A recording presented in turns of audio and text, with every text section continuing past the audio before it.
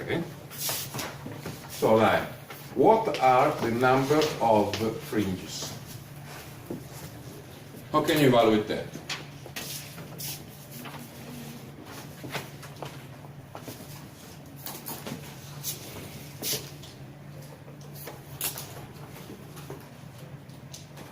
In this case, it's very easy, okay, because we have said that the resolution of the interferometer is lambda over 2, okay, so that we are counting phase variation equal to 2 pi.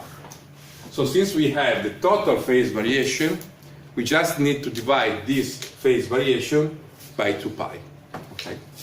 So we can write that we have d int divided by 2 pi, okay?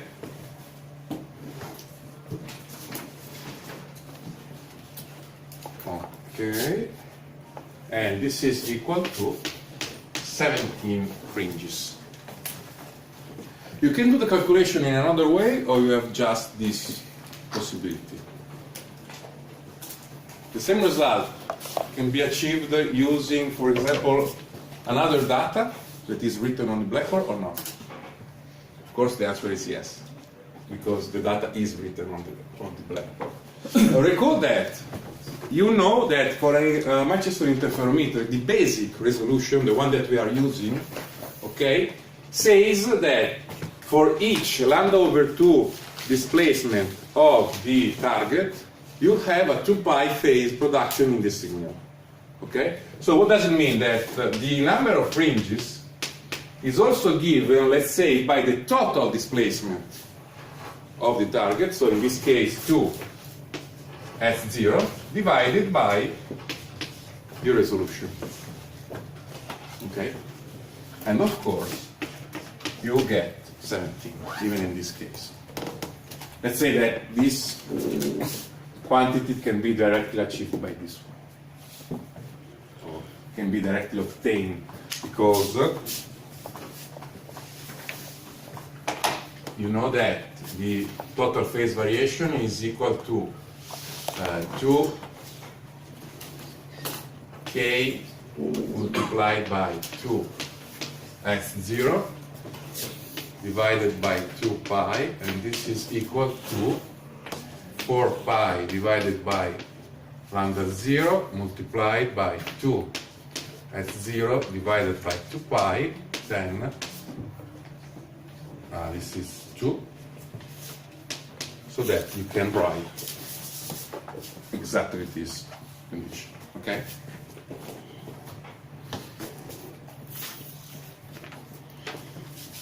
Okay. Okay. Now, another point. What is the minimum bandwidth of observation that you have to use to be able to resolve all of these fringes?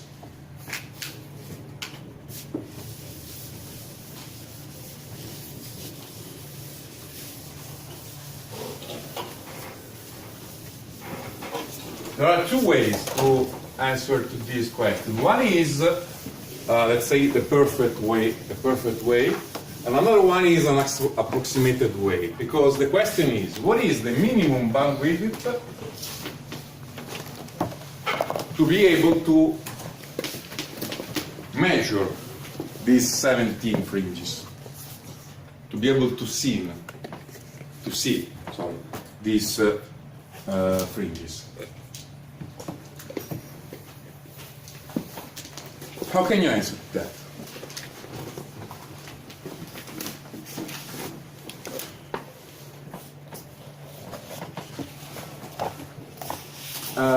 Let's see. You have seen during last days, probably last week, that you have a relation between what is the maximum velocity, let's say, of the target, the resolution, in this case, lambda 0 over 2, and the bandwidth. Okay? In particular, we have seen that the maximum velocity is equal to lambda 0 divided by 2 multiplied by the bandwidth. And in particular, V must be lower or at maximum equal to this value. Okay? So to answer the question, or we can change this condition, because what does it mean? That you should have that V must be higher or equal to what? 2 divided lambda 0 multiplied by V. Okay?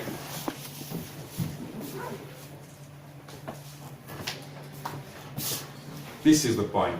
So, to answer correctly to this question, you have to find out what is the maximum velocity of your target.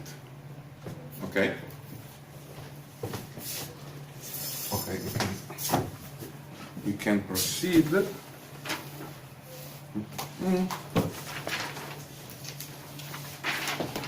So you have that this is the displacement of the loudspeaker. Yes, this is S0 multiplied by sin 2 pi FLT. Okay? So the velocity is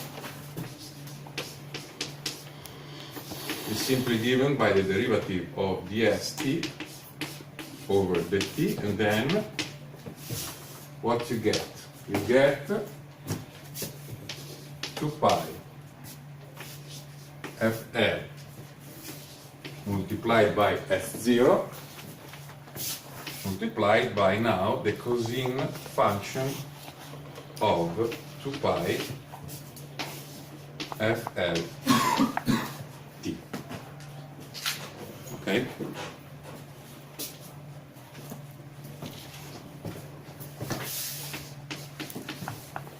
So now, what does it mean? That the maximum velocity,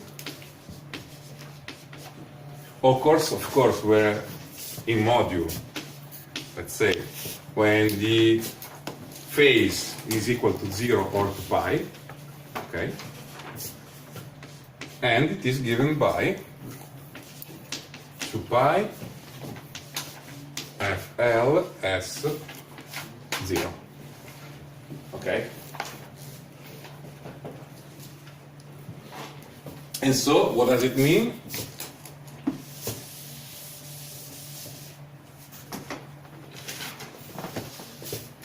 That the minimum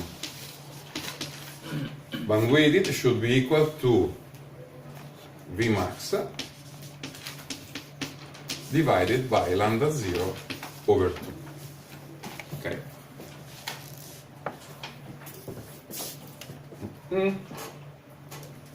So you have, yes, what you get is 2 pi FL S0 divided by lambda 0 over 2. What you find here, recall that you have 2 multiplied by S0, and this quantity is divided by lambda 0 over 2, so you can rewrite this relation using the number of fringes. So this is also equal to pi multiplied by the frequency, the driving frequency of the loudspeaker, multiplied by the number of fringes. Okay? What does it tell this? This tells that the greater the number of fringes, the higher the frequency, the bandwidth that you have to use. And how you can increase, let's say, the fringes? Increase the bandwidth. In your opinion? Increase the bandwidth. Increase just the voltage with which you drive the loudspeaker. Okay? Increasing this voltage, increase the distance. Okay? Of course, this is important, the bandwidth is also related to the driving frequency of the loudspeaker, okay? But don't, let's say, underestimate the importance of total displacement. because of course, even if you don't change the frequency, but let's say you double the voltage with which you drive the loudspeaker, then you will have the double number of fringes in the same time, and then you should use the double value for the bandwidth. Okay. Okay. In a way, this tells you also another thing, because the value here is. I think that you have to check this calculation. This is probably more or less equal to 3.5 kilohertz. But pay attention to this calculation because probably it is wrong. It is more or less around here, but let's say not 10 of kilohertz, but probably this is not correct. Look at this.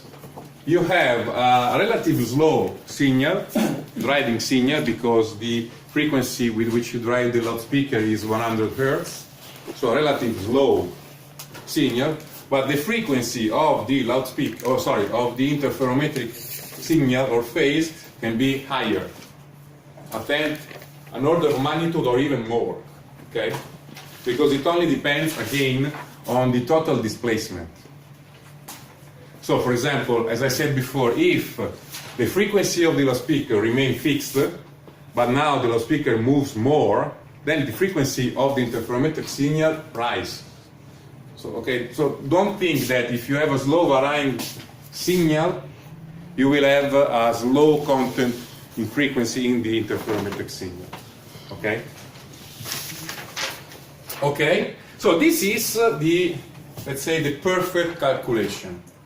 You can use also an approximation. In your opinion, what is the approximation?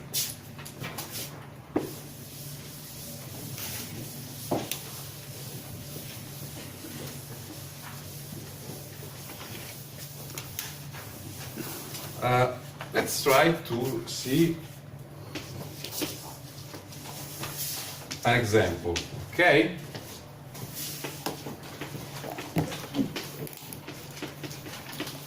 So again, the photodetector voltage. Okay? Now let's try to understand what are fringes. Okay?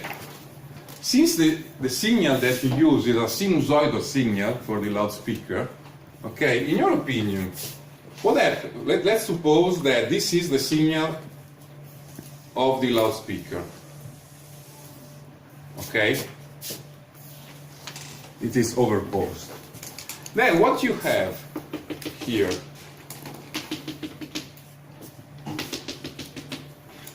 in terms of fringes. The interferometric signal is something that is like that goes like this.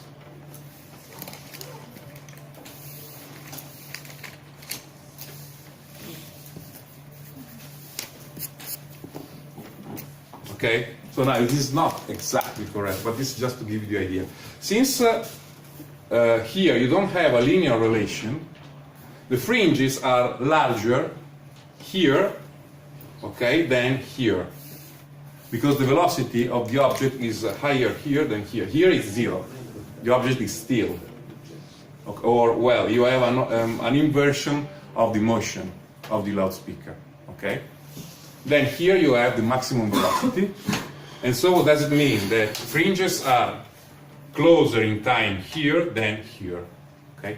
So this is why you have to calculate the real maximum velocity of the object. But let's suppose now that even if you drive the loudspeaker with a sinusoidal signal, the distance in time of each fringes is fixed, is uniform. Okay?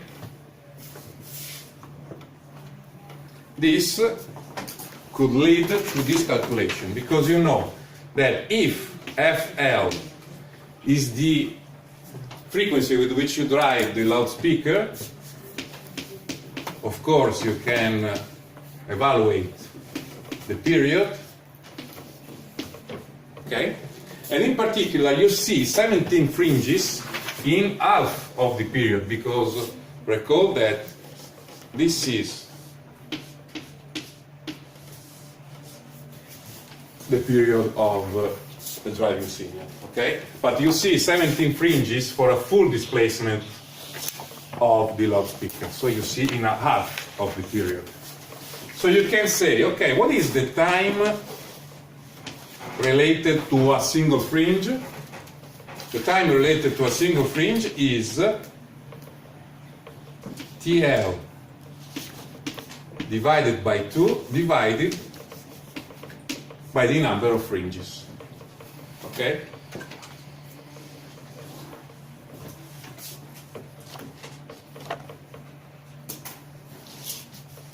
And then from this equation you can say, okay, let's say that the minimum bandwidth should be related to this quantity 2 minus 1, of course. Okay?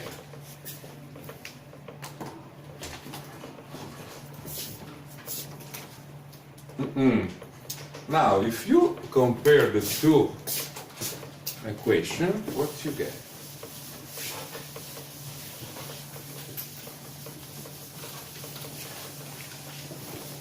You get that in the, let's say, approximated case,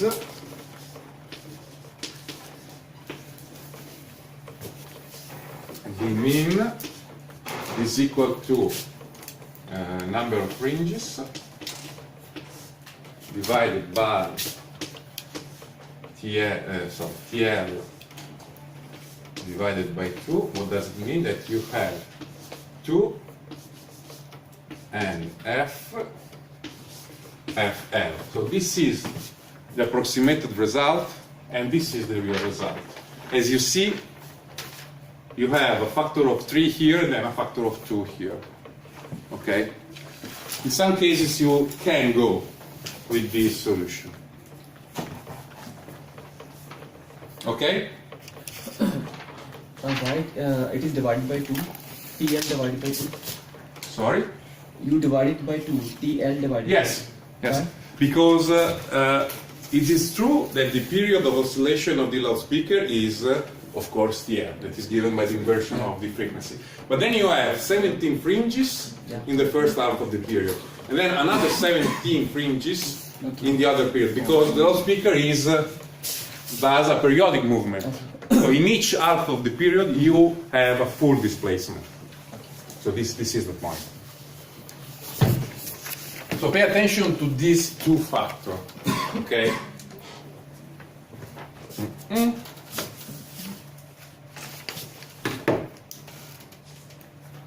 Okay, very good. Now,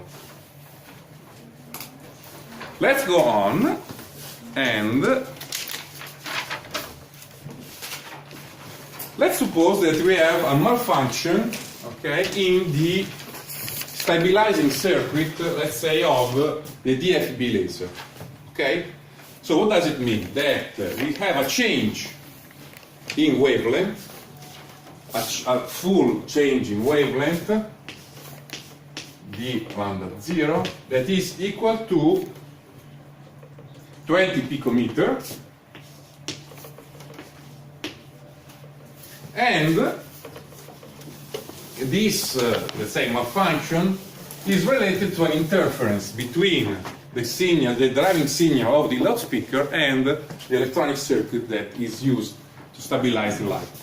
Okay? What does it mean? This that, let's say, that the frequency of the variation of lambda, okay, let's say, is equal to the frequency of the driving frequency of the loudspeaker. This is important. Then we will see why this particular is important.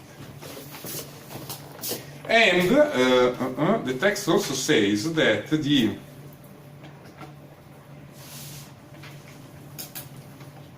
this is not important. Okay. You have a linear variation with time, a triangular variation, let's say, in time, of wavelength with this maximum amplitude. Okay? Amplitude or peak to peak? Let me see. Okay, this is the peak to peak variation. Okay? So the question is, will this malfunction give an error on the measurement first? And if the answer is yes, okay, quantify this error. So of course you will have an error. Why? How can you understand if a change? Of course you can divide the two phenomena, okay? Because these, let's say, the variation of wavelength and the movement of the loudspeaker are uncorrelated, okay? This is important. So you can try to say, okay, let's say that the loudspeaker is at rest, okay, I'm not moving it anymore. I want just to understand what happened to the interferometric phase if I have a variation in wavelength. Okay, this is the idea. Recall what? That the full interferometric phase is given by 2K Lm minus Lr plus the total displacement of the loudspeaker, okay? But now let's suppose that this is a rest, okay? So you don't have the displacement of the loudspeaker. You can write 4 pi over lambda 0 multiplied by Ln minus Ln, okay? And now the idea is this. How, or well, better, what is the variation in frequency related to a variation in of the wavelength?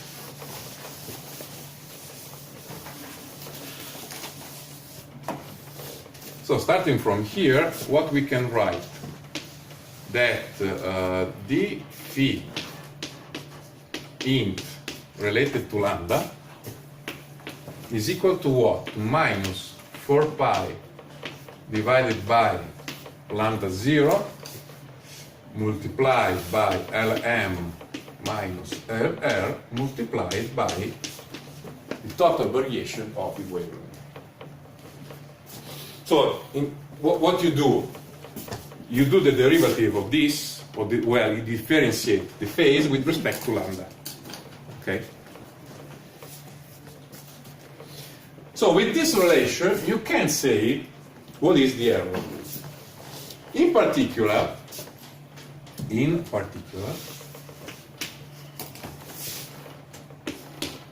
what you get is, okay.